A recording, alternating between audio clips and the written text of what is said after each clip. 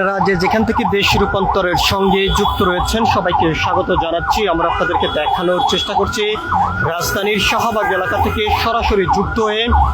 সন্ধ্যার পর থেকে আমরা দেখেছি রাজধানীর বিভিন্ন গুরুত্বপূর্ণ স্থানগুলোতে তীব্র যানজট রয়েছে এবং একদিকে যেমন যাত্রীবাহী পরিবহনের সংকটে পথচারীরা ভুগছেন, ঠিক অন্যদিকে তীব্র যানজটের কারণেই নগরবাসী জনদুর্ভোগের ভিতরে পড়েছেন। একদিকে গুড়ি গুড়ি বৃষ্টি চলমান রয়েছে, অন্যদিকে যানজটে এক কথা বলা যায় পুরো রাজধানী জুড়ে বর্তমানে একটি জনজীবন পরিণত হয়ে গিয়েছে, এমনটি কিন্তু আমরা দেখতে পাচ্ছি। আমরা আপনাদেরকে ক্যামেরার মাধ্যমে যেই চিত্রটি দেখানোর চেষ্টা করছি, এটি শাহবাগ এলাকা থেকে মৎস্য ভবন এবং হাইকোর্ট সহ প্রেস ক্লাবের সামনে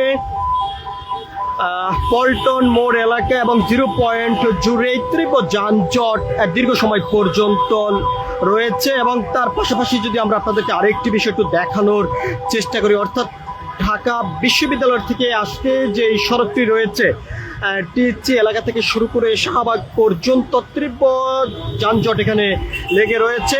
এর পাশাপাশি আমরা আপনাদেরকে এখন যেই সড়কটি একটু দেখানোর চেষ্টা করছি দেশ রূপান্তরের ক্যামেরার মাধ্যমে, যে এটি সায়েন্স ল্যাব থেকে শুরু করে বর্তমানে শাহবাগ এলাকা পর্যন্ত দীর্ঘ সময় পর্যন্ত লাইনে সারিবদ্ধভাবে দাঁড়িয়েই যানজটে অবস্থা পরিণত হয়েছে, এমনটি কিন্তু আমরা দেখতে পাচ্ছি।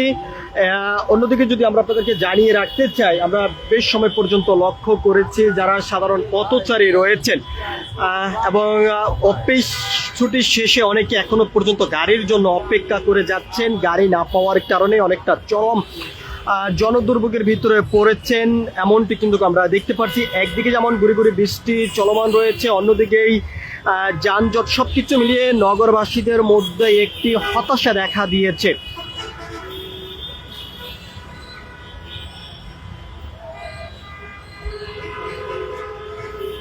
আপনারা যে যেখান থেকে দেশ রূপান্তরের সঙ্গে যুক্ত রয়েছেন সবাইকে আবারও স্বাগত জানাচ্ছি। আমরা আপনাদেরকে জানিয়ে রাখতে চাই রাজধানীর এমন চিত্র এটি নতুন কিছু নয়, এটি নিত্যদিনের। শহরের বিভিন্ন স্থানে অলিগলি থেকে শুরু করে সবখানে যানজট লেগে থাকে। ঠিক একইভাবে আমরা আজকে দেখেছি সন্ধ্যার পর থেকে যানজট লেগে রয়েছে এবং গুরুত্বপূর্ণ স্থানগুলোর বিষয় যদি আমরা আপনাদেরকে জানিয়ে রাখতে চাই, মহাখালী এবং ফার্মগেট সহ কারওয়ান বাজার, বাংলা মোটর, শাহবাগ, মৎস্য ভবন, পল্টন এবং 0 পয়েন্ট এলাকা জুড়ে দীর্ঘ সময় পর্যন্ত যানজট লেগে রয়েছে এবং একদিকেই সাধারণ পথচারী যারা রয়েছেন তারা দীর্ঘ সময় পর্যন্ত যে যাত্রীবাহী পরিবহন গাড়িগুলো রয়েছে সেই গাড়ির জন্য অপেক্ষা করে যাচ্ছেন। কোনোভাবেই ভিতরে জায়গা না থাকার কারণে অনেকে পায়ে হেঁটে গন্তব্যের উদ্দেশ্যে রওনা দিয়েছেন, এমনটি কিন্তু আমরা দেখেছি। এক কথা বলা যায় যে এআই ক্যামেরার মামলাকে উপেক্ষা করে অনেকেই যে যার মতন পারছে শৃঙ্খলা ভঙ্গ করে যাওয়ার জন্য চেষ্টা করছে। অনেক পথচারী যেমনটি জানিয়েছেন যে সঠিক সময়ের মধ্যেই গন্তব্যে পৌঁছানো কোনোভাবে সম্ভব হচ্ছে না। একদিকে যেমন বৃষ্টি চলমান রয়েছে, অন্যদিকেই তীব্র যানজট সৃষ্টি হয়েছে। এদিকে যাত্রীরা আরও যেমনটি অভিযোগ করেছেন, বৃষ্টির কারণেই যে সকল ব্যাটারি চালিত রিক্সা রয়েছে ভাড়া অতিরিক্ত তারা চাচ্ছেন, অনেকেই